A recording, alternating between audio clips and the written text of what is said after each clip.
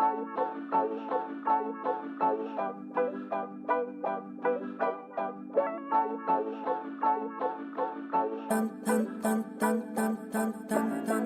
you believe art can change the world? So do I. On this show, we meet artists whose work is doing just that.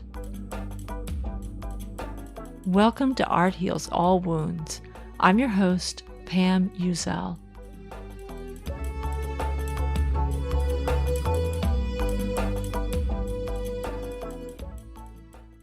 I'm resharing this episode from way back in 2022, back when this podcast was still quite young.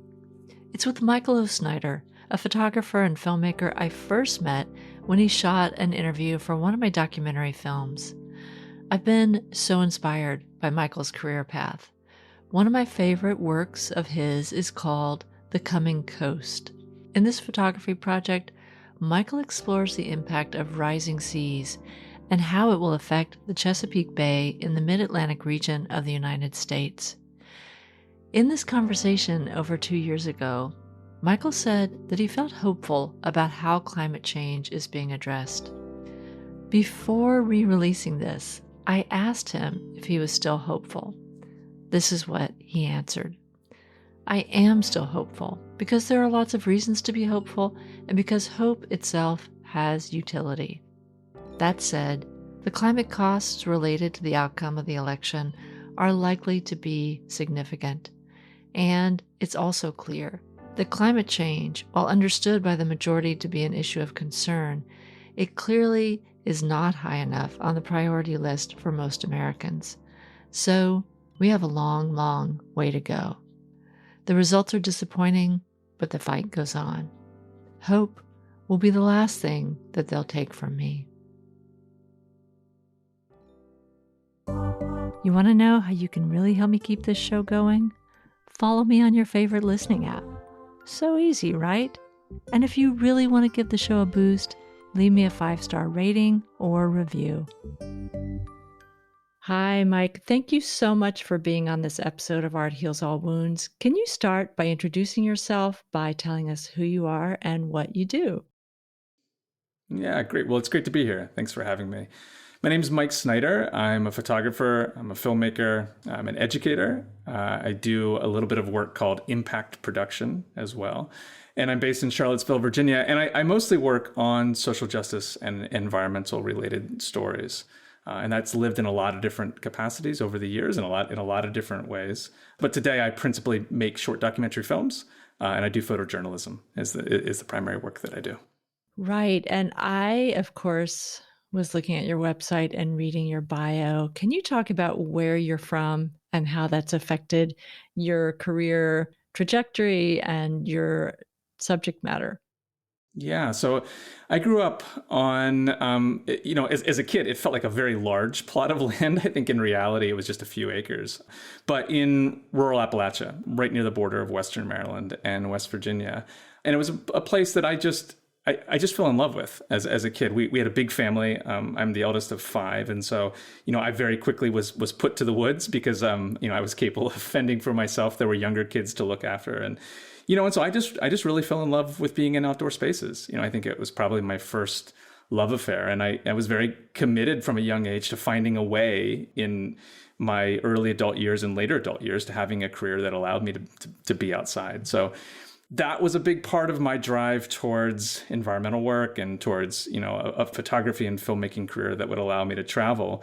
But the other side of that is it was also land that had been disfigured by 100 years of industrial extraction. And so, I grew up very close to what the costs are of that, both socially and environmentally. And so I became very passionate about environmental issues, both what they do to the ecology, but also what they do to the populations that live nearby to those places. So I studied environmental science and geology at the undergrad level, and then at the graduate level at the University of Edinburgh in Scotland, I did a degree in environmental sustainability. And afterwards, I worked as a consultant. I worked for nonprofits.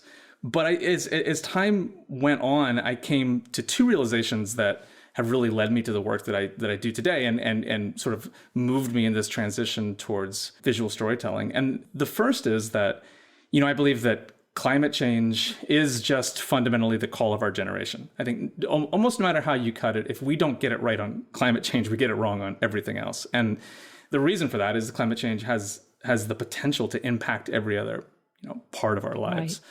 Right. So if there's an issue you care about, whether it's national defense or food security or whatever it may be, you should also care about climate change, because it's going to reach out and touch those things.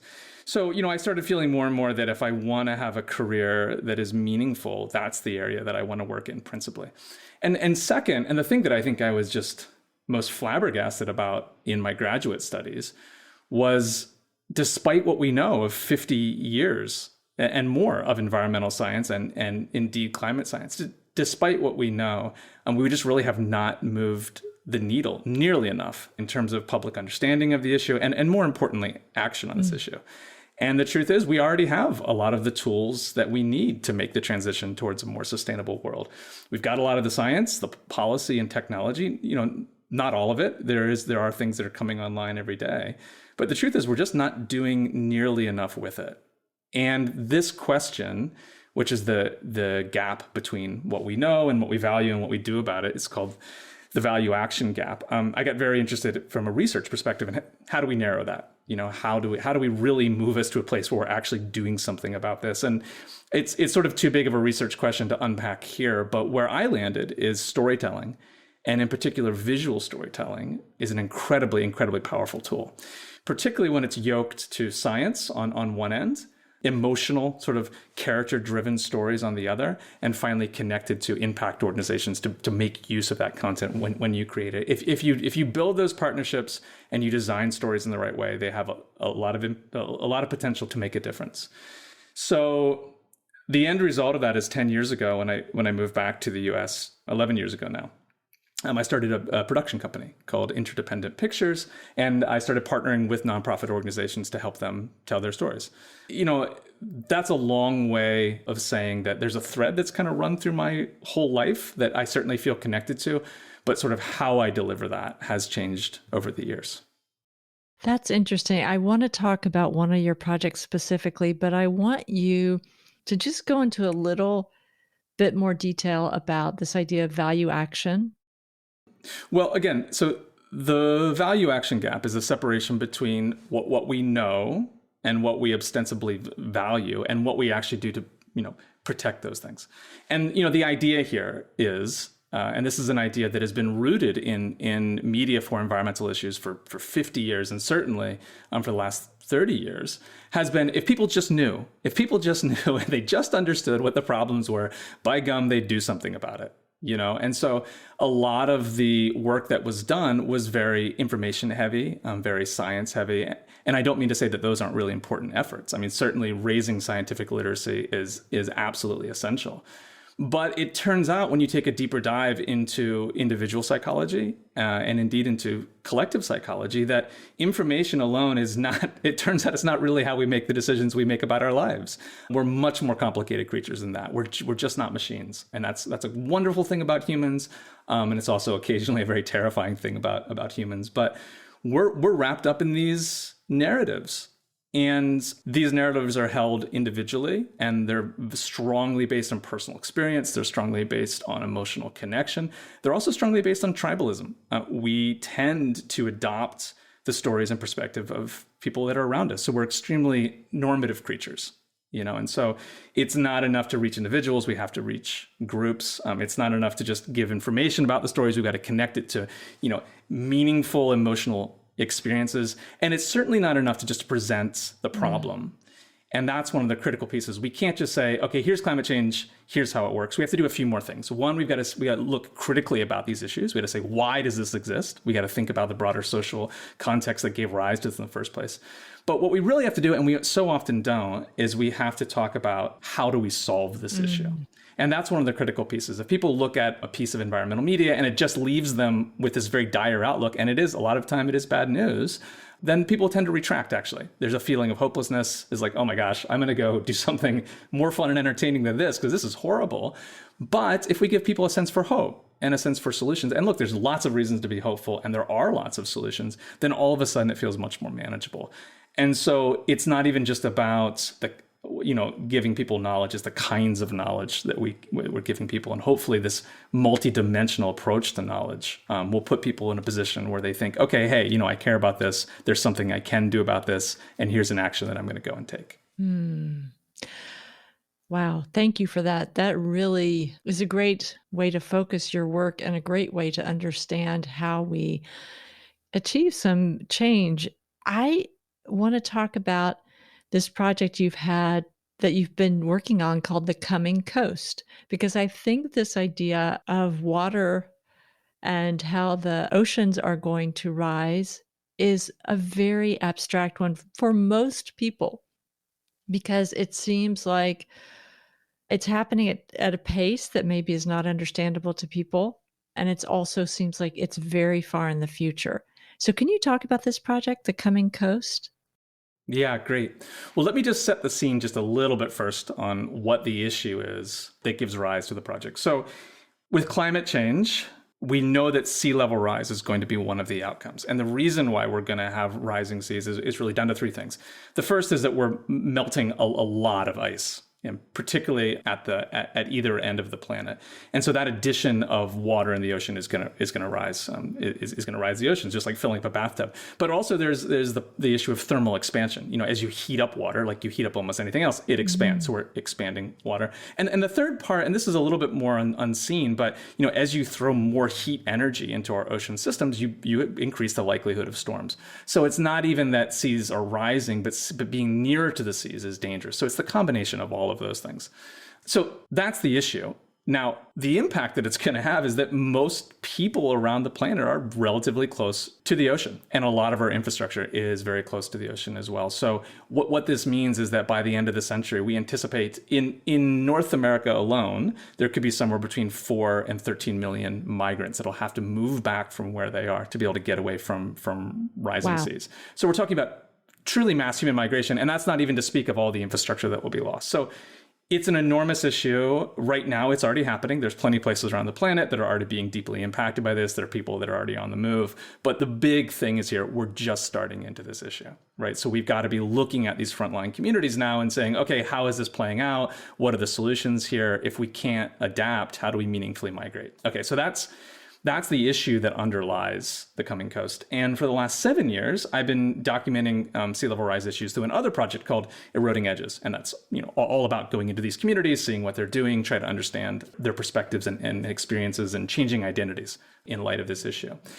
But then in 2020, I ended up getting a fellowship from the Bertha Foundation. It's a climate journalism fellowship. And I was so excited because it was finally going to fund me to be able to, expand Eroding Edges to where I wanted it to be. But of course, COVID came in and everything got turned upside down. So I suddenly had to think very creatively about how to do this project in a way that fit within the boundaries that COVID was setting. And in some ways, I think it's an interesting story about, how, when you're limited, that there's a potential for creativity within that. And I think this project wouldn't have happened hadn't it have been for COVID. So that's what gave rise to the project. Here's what the project is. My observation was that in documenting sea level rise in these communities for the last 7 years, sea level rise is one of these issues that is everywhere, at once. If you're close to the water, it's happening. It's happening all around you all the time.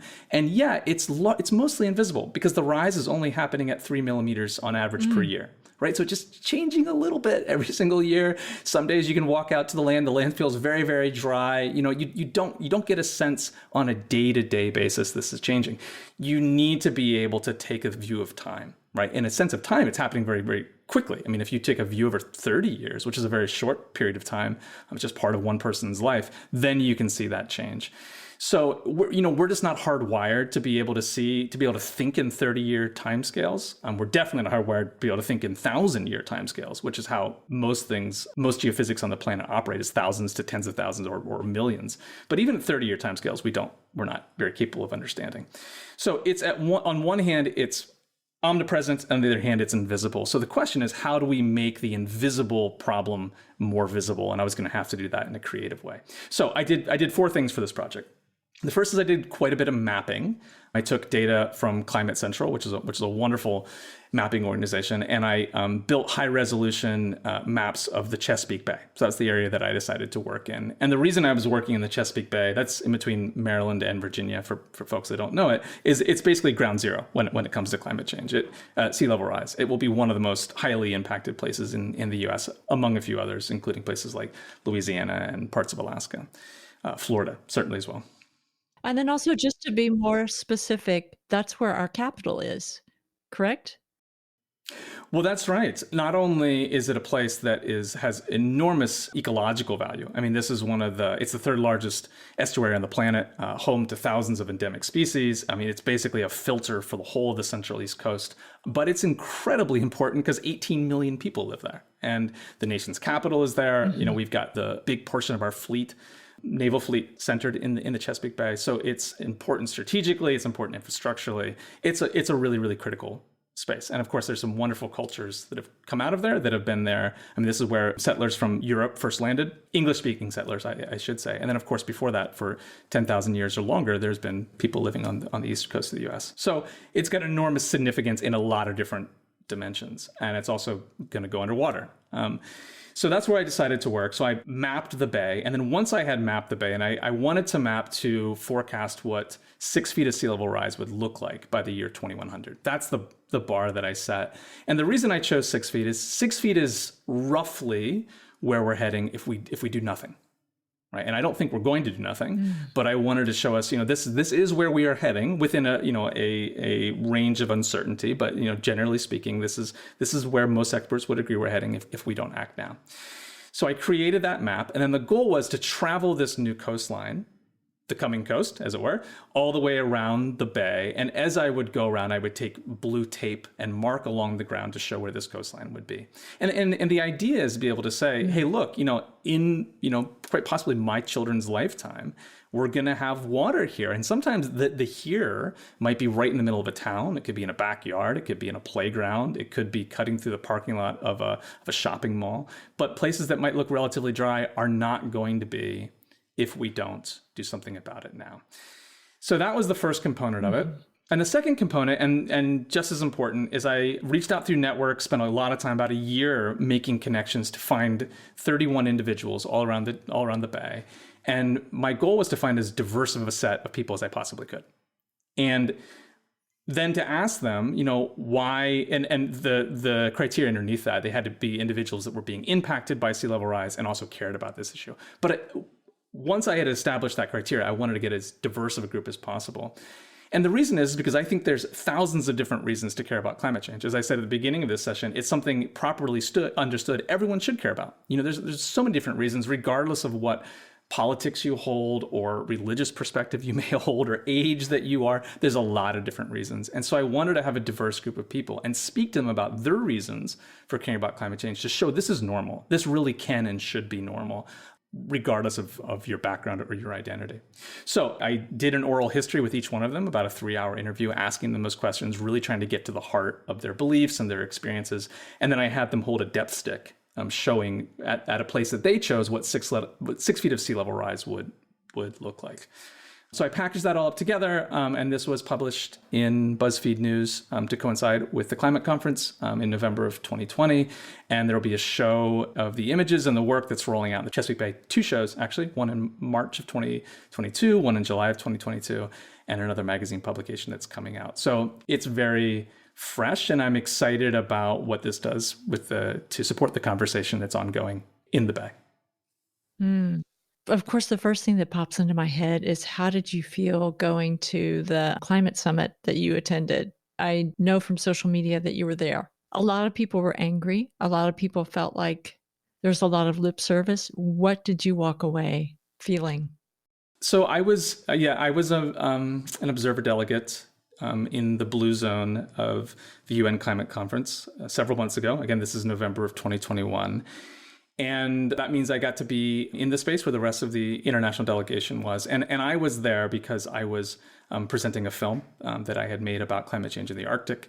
And that's what got me into the Blue Zone. But I was also in several other spaces showing photographic work and talking about the role that visual storytelling plays in driving impact around these issues. So that's how I got there. I think personally, you go to those places, you say your piece, and you hope in some small way it makes a difference, just like you do in any other line of work. You plant your seeds, you stake your flag, and you hope that it might add up in a small way.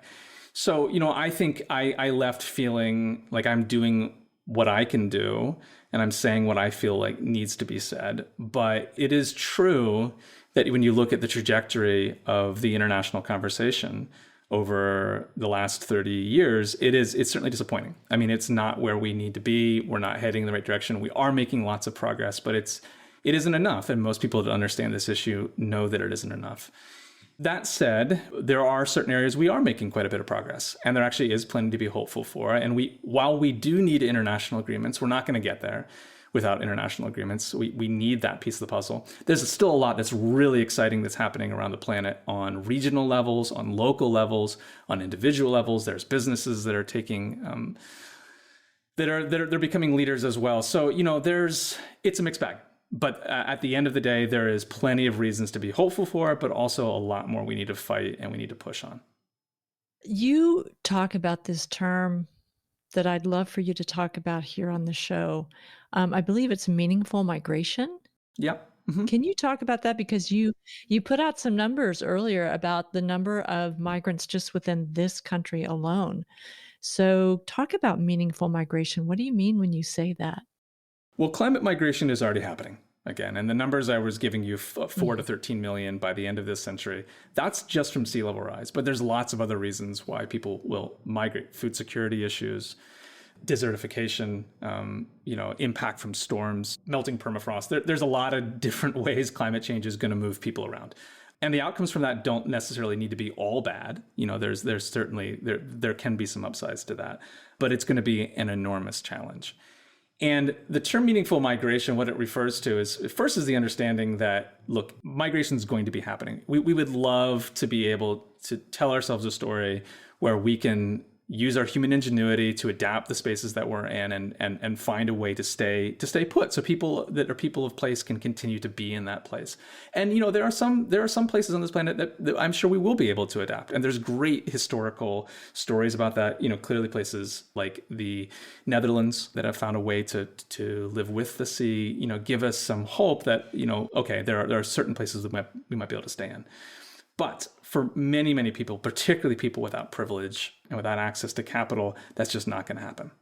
So if you know that migration is very, very likely to happen, and indeed almost certain to happen in some spaces, the question is, how can we make that move, but also hold on to a sense of who we are, hold on to our relationships with the community that we have been embedded in? How do we hold on to our stories? How do we hold on to our language? How do we keep the best of who we are while also embracing the change that needs to happen? And I think that question is a question that we all need to ask ourselves, because the truth is we're living in times of great, great change. And, we've all got to all be thinking about, how do we, hold on to things that are really important to us while also accepting and adapting. But it's very, very heightened for these communities that are being directly impacted by climate change. So the way that that's manifesting and the way those conversations are going, I think differs a lot community to community. In some communities that I've worked in and talked to, it's been very, very intentional and community led. And, oftentimes I have to say in tribal communities, indigenous communities, the process has been much more intentional. And then in whiter communities, less so. Now, that's not universally the case. There's some places that are white that have had strong leadership in this area, but it varies. There are plenty of places that are not having the conversation at all. They're just not having it. They might be having it around the dinner table, but as a community, they're not having the conversation. So there's a lot of variance on where communities are with this. Yeah. And I just, I'm sorry, I'm kind of asking you to answer every single climate change question that I have. But one thing that I feel is that in terms of our own immigration system and how we view both migration to this country and also people who are essentially refugees, I'm a little bit discouraged that this issue of the impact of changing climate never really enters the conversation. Certainly, I've read a lot about Central America, where, as you said earlier, desertification is a Mm. huge factor in terms of pushing people to leave. And what do you feel about how do we get that to be part of the conversation? The reason it feels, I mean, it's important now, but I also feel like at some point, many of us may be forced to migrate. And if we can't get it now, how are we going to do this when it starts happening on a much larger Mm. scale?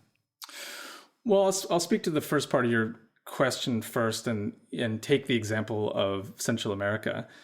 There are a significant number of migrants that are heading northwards from Central America into Mexico, into the United States, that we can certainly say are climate migrants and comfortably say that.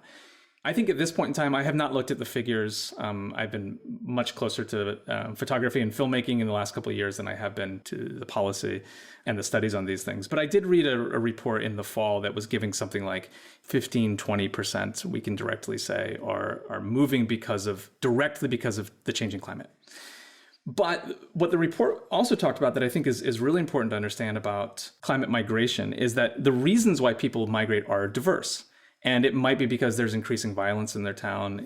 For example, it could be because of economic issues, like the jobs in their community are not there. But what is often unseen is what might underlie that is the changing climate, right? So you might have a situation where fields continue to go more and more fallow in an area because they're not getting as much rain. And that means the community can't rely on farming as much. So then they have to change over to the drug trade. And then all of a sudden there's more violence. And then when you ask why they're fleeing, they'd say, well, because of the increased violence. But actually, climate was a catalyzing force.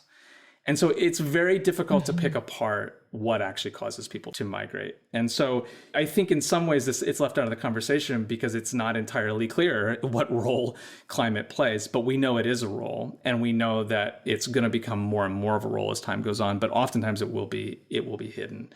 So I think it gets sticky. I think it gets complicated. To be honest, I'm just not an expert I have no idea what people are thinking about how we're going to manage. I mean, I've seen some astronomical numbers, again, in terms of where people be heading. And if things go really, really bad, it may be true that we could be heading north. I mean, that's truly not impossible. Again, I'm in Virginia, so I'm in the South of the United States, and there's a lot of forecasts that show in the next 70 years, now we're moving, probably past the end of my lifetime, but in my children's lifetime, there could be a lot of water stress here and a lot of heat here if we don't get this right. So I have no idea how this will be managed, but I do know there are some cities around the planet that are already identifying themselves as climate refugee hubs. I believe Buffalo, New York is one. Toronto's got a plan in place now to be able to accept people that are moving out of harm's way. That's fascinating. I mean, I think I mentioned in my email to you that, of course, on my mind here in California, it's always about fire. But the displacement that's happened around fire already is enormous. There are certain places where people moved there because they were much cheaper than trying to live in an urban area in California. And they've been displaced. And the question is, well, where do they go? Do they become part of this very, very large number of people who are houseless in California? So I feel like now this is our time to sort of get these issues right. And so I really appreciate the work that you're doing. You mentioned a film you worked on, and I'm wondering if you can tell us where we can find your work. Is it possible to see that film that you worked on and sort of see announcements about the exhibits of your work or the publication of your work? Well, let me speak to the film first. So, as I said, I split my time between creating different kinds of media. I typically say I like to make ecosystems of media, meaning that I'll find a story and I'll build access to that story. But once that's in place and I've kind of got the ball rolling, I've built the collaborations and the partnerships, a little bit of funding is there. As often as I can, I want to take that story and shop it out to different ways to tell stories. So that might mean, doing a documentary film. It might mean doing an explainer video series. It might be doing a photo piece. It might mean doing a written part. It might have a book or it might have a podcast associated with it. And so a lot of work that I do, it sort of spreads out. And there's a lot of different reasons for doing that. But the core one is that we need to reach diverse audiences. And if you can tell the same kind of story and tell it in different ways, in different kinds of spaces, you may indeed be able to reach different groups of people. And I think that's really, really important. So this film that I recently made called Into the Dark, and I'll explain what that is, but it's one of a number of different pieces of media that I made around this story, and I made in collaboration with other storytellers. So it's a film about the changing Arctic. And in this case, a group of climate scientists go on a 3-week expedition during the polar night. And the polar night is the time of year during winter in the Arctic where the sun doesn't rise for 4 to 6 months out of the year. So it's the dark time, and it's a very, very cold time. And it's quite a treacherous time. Very, very few people head to the North Pole during wintertime, as you can imagine. And so this is one of the teams around the planet that does. And the reason that they do is that they had this kind of rogue hypothesis a number of years ago that actually the polar night is a critical time of year ecologically. There's actually a lot that's going on up there. The belief was there's nothing going on because it's dark, so there's no primary production, meaning there's no plants growing, so nothing's eating. You can't see a mate to reproduce, so everyone just kind of goes to sleep. But what it turns out is this ecosystem, and we find this all over the planet, is just amazingly fine-tuned, adapt to work in the conditions that it's in, right? So it can take tiny, tiny, tiny amounts of light, a millionth of what we can see, and use that little bit of light to do its business, whether it's finding a partner and reproducing or whether it's eating. And so once they had discovered this, the question is then, well, wait a minute, if we have climate change and we're melting the sea ice and we don't have that cover over the ocean during wintertime, then we know there's a little bit of light that's bouncing on the upper atmosphere, coming from the sun on the other side of the planet, but also coming from stars, the northern lights. What's that doing to the ecosystem? So that's what they were up there to discover. So it's an adventure story about getting on a ship and going out to sea for weeks in a very frozen and forbidding place. And indeed, when we were working on this film, we were the northernmost people on the planet, almost certainly. We were about at 80 degrees north latitude. And the second part of it is sort of telling the story of the science. And really, it's about how sometimes tiny changes in ecosystems can lead to surprising impacts. Other times ecosystems are very robust and resilient, and you don't get these things. But there are certain times when you make a little tweak, and it can change something way off over here in left field. And indeed, when we got back and the film came out, it premiered at the Tromso International Film Festival in 2020, and then it premiered at the DC Environmental Film Festival also in March of 2020. And at the same week, a piece came out in National Geographic, and there was a publication in Nature that confirmed what they had believed was happening, and that is there's likely to be large-scale impact from this change.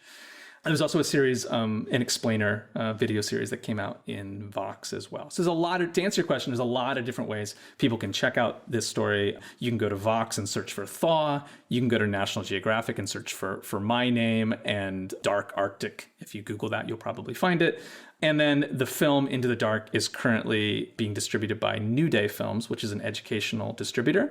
So they work with schools and libraries all around the country. And you can go and you can stream it through New Day. And it's also on Kanopy, which is another space where you can see a lot of different films. So there's a lot of different ways to engage with that media. That's wonderful. And then just to find out more about you in general, where should people look? Yeah, michaelosnyder.com. You can go to my website and check out my work there. You'll find my email there. If you have any questions, I'm always up to connect, so feel free to reach out. And I do publish on Instagram, so that's at Michael O. Snyder, and you can see more of my work there as well. Thank you so much. I mean, interestingly enough, it does make me feel hopeful to talk to you, because I feel like with the sort of more creative thought about how to get people to care about this issue, that there is more hope than I thought before we talked. So thanks for coming on the show, Mike. Yeah, it's really great to be here. And, I'll just close by saying, look, we live in a completely fascinating time. I mean, the fact that we're afforded this ability to be able to see these processes that are truly global in scale, and are incredibly complex. The fact that we've gotten to this space as a species to be able to understand this is phenomenal. And the fact that we're responding the way we are actually is phenomenal. It's an incredible story what's happening. More and more people all over the planet are coming online to caring about this issue, doing something about this issue. And the truth is science is going to have a huge role to play. And we look at, the last few years and what we were able to do, whether people understand it or not. The presence of these vaccines is a phenomenal science story that we were able to respond. So I think science is going to make a huge difference. I think our sense of community and the sense of connection and love we have for each other and for this planet, it's going to kick in. I think we're going to get there. I just think there's going to be some bumps along the way. And so I think we've got to do everything we can do to strengthen those connections as much as possible. I think that's what's going to pull us through. We're only as good as our webs that we find ourselves in. So we've got to do a much better job of building those webs and telling the right story. And I think if we do that, I think not only will we avoid the worst of what may be, but there's opportunities here and there's a better planet we could be building. Wow, thank you for that. You're listening to Art Heals All Wounds.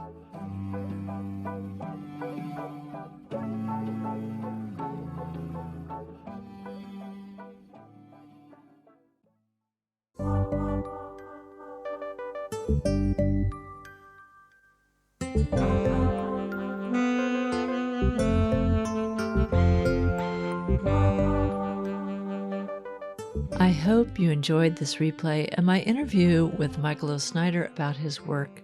Michael was the first artist I interviewed about climate and the environment.